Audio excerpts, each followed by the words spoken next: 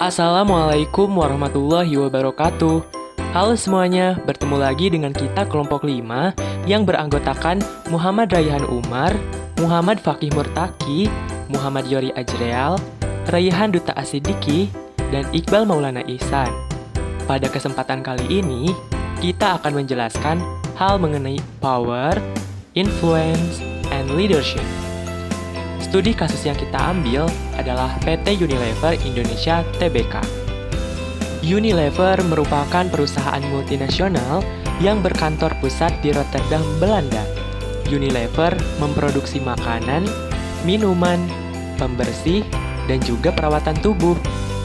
PT Unilever Indonesia Tbk bergerak dalam bidang manufaktur, pemasaran dan distribusi barang konsumsi termasuk sabun, deterjen, margarin, makanan berbasis susu, es krim, produk kosmetik, minuman berbasis teh, dan jus buah. Unilever Indonesia yang berdiri pada tanggal 5 Desember 1933 telah tumbuh hingga kini menjadi salah satu perseroan terdepan untuk kategori fast-moving consumer goods di Indonesia. Sebagai perusahaan besar, pastinya PT Unilever mempunyai pemimpin yang hebat, bukan? Nah, sebenarnya apa aja sih sifat dan karakteristik pemimpin yang sukses? Sifat atau karakter seorang pemimpin merupakan hal yang sangat penting dan memiliki pengaruh yang besar saat ia mau membawa usahanya menuju kesuksesan. Sifat yang pertama adalah percaya diri. Seorang pemimpin yang sukses pastilah memiliki rasa percaya diri yang tinggi. Sifat yang kedua adalah fleksibel. Pemimpin yang baik haruslah bisa menyesuaikan diri dengan situasi yang dialaminya. Sifat yang ketiga adalah proaktif. Yang dimaksudkan ialah pemimpin yang memiliki rasa tanggung jawab yang tinggi, selalu berinisiatif, mandiri, dan juga mampu berpikir panjang. Yang keempat adalah jujur. Pemimpin yang baik haruslah seorang yang jujur. Tidak hanya dalam apa yang dikerjakan, tetapi juga berlaku jujur kepada orang-orang di sekitarnya, termasuk bawahannya sekalipun. Yang kelima, berpendirian kuat.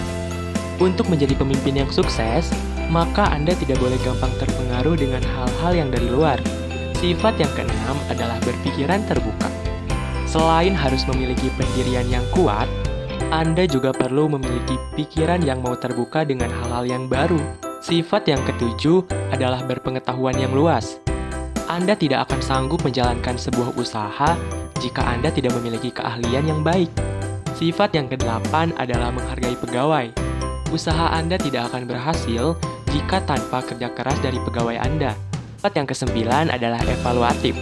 Seorang pemimpin wajib untuk selalu mereview setiap program serta melakukan evaluasi terhadap setiap rencana dari perusahaan. Untuk itu, Anda perlu menumbuhkan sifat yang evaluatif agar apa yang Anda lakukan menghasilkan dampak yang baik. Kunci kesuksesan di balik organisasi adalah pemimpin. Pemimpin harus tahu kapan mengambil peluang dan bagaimana mengumpulkan karyawan untuk bekerja keras mencapai tujuan perusahaan. Beberapa pemimpin dicari berdasarkan hard skill yang dimiliki. Tetapi kenyataannya, sebagian besar sifat kepemimpinan yang berupa soft skill lah yang akan membentuk kesuksesan organisasi. Soft skill ini dapat dipelajari dan dipertajam berdasarkan pengalaman dan latihan. Menurut data dari State of Leadership Development, 84% organisasi mengantisipasi kekurangan jumlah pemimpin yang berkualitas selama 5 tahun ke depan. Berikut 6 karakter yang harus dimiliki oleh seorang pemimpin yang sukses dalam membentuk organisasi. Karakter yang pertama adalah self-managing. Self-managing berarti mampu memprioritaskan tujuan Anda dan bertanggung jawab untuk mencapai tujuan tersebut. Sebagai pemimpin yang efektif, Anda harus dapat mengatur waktu, perhatian, dan emosi. Yang kedua adalah bertindak strategis. Menurut laporan Harvard Business Publishing, para pemimpin harus selalu siap untuk menyesuaikan strategi mereka dalam menangkap peluang yang muncul atau mengatasi tantangan yang tidak terduga. Yang ketiga, menjadi komunikator yang efektif. Para pemimpin yang hebat tahu kapan harus berbicara dan kapan harus mendengarkan. Mereka adalah komunikator yang efektif dan mampu menjelaskan dengan lengkap dan ringkas kepada karyawan mereka, mulai dari tujuan organisasi hingga tugas tertentu. Yang keempat, menetapkan sasaran yang jelas. Jika kamu memancarkan antusiasme dan benar-benar bersemangat dengan apa yang Anda lakukan, maka orang-orang akan secara alami tertarik pada Anda. Ingatlah bahwa menuliskan sasaran adalah kunci keberhasilan Anda dan perusahaan Anda. Tetapi, untuk mencapai sasaran itu membutuhkan waktu. Jika Anda menyerah, maka semua orang di sekitar Anda juga akan menyerah. Yang kelima, memiliki visi untuk masa depan. Pemimpin yang luar biasa memiliki kemampuan untuk melihat masa depan perusahaan dan membuat tujuan yang jelas dan konkret yang akan menguntungkan organisasi. Yang terakhir adalah mengelola kompleksitas. Pemimpin harus menjadi pemecah masalah dan mengambil keputusan dalam situasi yang berubah dengan cepat. Unilever Indonesia berada di bawah kepemimpinan Ira Noviarti selaku Presiden Direktur Unilever Indonesia. Eksekutif perempuan ini juga mengedepankan gaya kepemimpinan yang inklusif. Ira Noviarti tidak bersikap otoriter dalam mengambil keputusan. Sebaliknya, dia akan berupaya mendengar semua pendapat sebelum memutuskan sesuatu. Ira Noviarti adalah tipe pekerja keras, di mana beliau mengawali karirnya sejak tahun 1995 mulai jadi manajemen train Unilever Indonesia pada tahun 1995,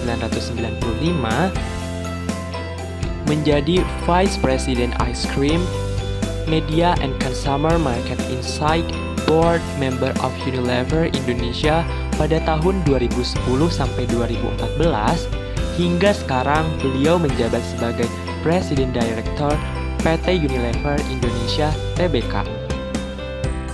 Hal itu merupakan pencapaian dengan kerja keras yang luar biasa, bukan?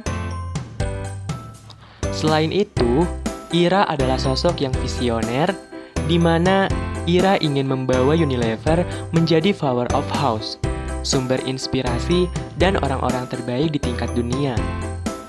Selain itu, beliau juga termasuk orang yang loyal dan berdedikasi. Dia menghabiskan hampir 25 tahun terakhirnya di Unilever Indonesia dengan mengemban banyak tugas kepemimpinan. Tidak hanya di Indonesia, namun juga di tingkat global. Berkat kerja kerasnya ini, dia berhasil membawa timnya menjadi tim terbaik selama 3 tahun berturut-turut di tingkat global.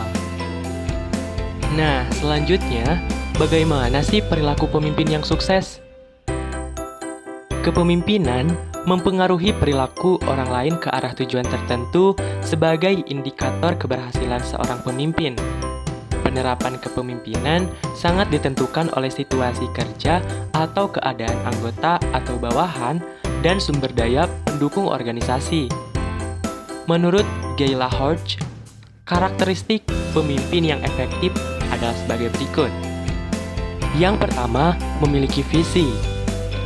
Pemimpin dapat melihat kemana organisasi harus pergi sebelum orang lain melakukannya. Yang kedua, memiliki fokus untuk mencapai tujuan. Pemimpin melakukan apa yang masuk akal dan bekerja keras dengan basis keunggulan. Yang ketiga, memenangi dukungan. Memanfaatkan gaya dan aktivitas yang paling cocok untuk mereka sebagai individu. Yang keempat, secara alami lebih terfokus untuk menjadi daripada melakukannya. Yang kelima adalah tahu bagaimana mereka bekerja. Pemimpin belajar dari keberhasilan dan kegagalan, mengasah kemampuan, mengintegrasikan pengalaman, keterampilan, kompetensi, dan kesadaran dirinya. Nah, selanjutnya, apa sih kepemimpinan situasional dan kepemimpinan transformasional? Kepemimpinan situasional atau situational leadership adalah teori kepemimpinan yang pertama kali dibuat oleh Kenneth Blanchard dan Paul Hersey. Model kepemimpinan buatan Blanchard Hersey ini mengacu pada keterampilan seseorang untuk menilai, kemudian memilih strategi kepemimpinan apa yang menurutnya terbaik, diterapkan dalam setiap keadaan atau tugas berbeda. Teori kepemimpinan situasional menunjukkan bahwa tidak ada satu gaya kepemimpinan yang terbaik. Blanchard dan Hersey menganggap leadership sering jadi tidak efektif jika pendekatan yang sama diterapkan dalam semua situasi. Pemimpin situasional harus dapat mengevaluasi tim atau organisasi mereka dengan mengamati dan bertanya atau berdiskusi tentang situasi organisasi saat ini. Menurut Hersey dan Blanchard, ada 4 gaya dasar yang terkait dengan teori kepemimpinan situasional. Yang pertama, mengarahkan atau telling. Yang kedua, menjual atau selling. Yang ketiga, berpartisipasi atau participating. Yang keempat, delegasi atau delegating. Diketahui, saat ini PT Unilever memakai gaya dasar participating, di mana ini menggunakan pendekatan demokratis yang memungkinkan pemimpin memberi lebih banyak kelonggaran bagi bawahannya. Pemimpin masih mengarahkan di beberapa area, akan tetapi bawahan berperan aktif untuk membuat keputusan dan menentukan cara menyelesaikan tugas. Kepemimpinan transformasional dan pengaruhnya terhadap karyawan. Kepemimpinan transformasional atau transformational leadership adalah gaya kepemimpinan dengan membangun visi bersama untuk menginspirasi pengikut dan memenuhi tantangan yang ditetapkannya. Pemimpin menumbuhkan kesetiaan dan kepercayaan diri di antara pengikut. Mereka memotivasi bawahan untuk melakukan dengan lebih baik.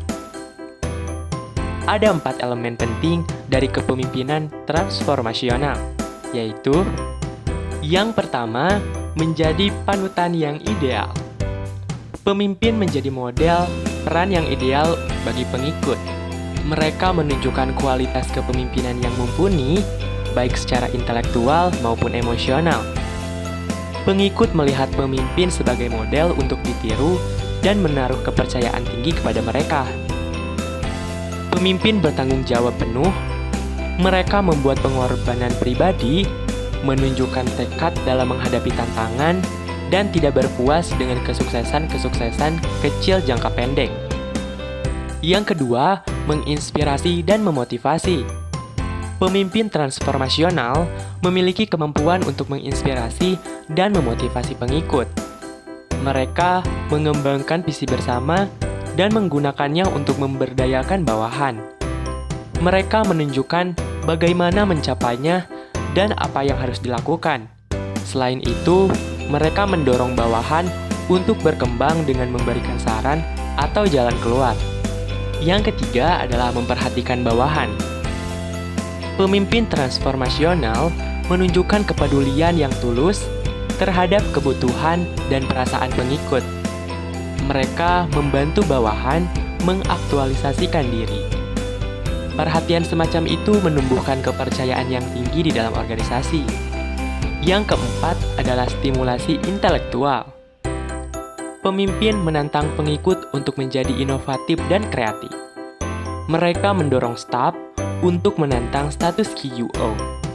Mereka mendorong pertukaran ide dan opini secara bebas. Secara keseluruhan, PT Unilever lebih menganut pada teori transformation leadership. Karena Presdir PT Unilever Indonesia, Ira Noviarti, mengedepankan kolaborasi dalam kepemimpinannya. Setiap keputusan yang diambil tidak berdasar pada single mind, tetapi dengan collaborative mind, yang menurutnya menjadi power yang luar biasa. Beliau juga menekankan poin trust, atau kepercayaan, karena sesuatu yang dibangun ini akan berkaitan dengan empowerment orang. Mungkin hanya itu yang dapat kami sampaikan. Terima kasih atas perhatiannya. Semoga kita bertemu kembali. Wassalamualaikum warahmatullahi wabarakatuh.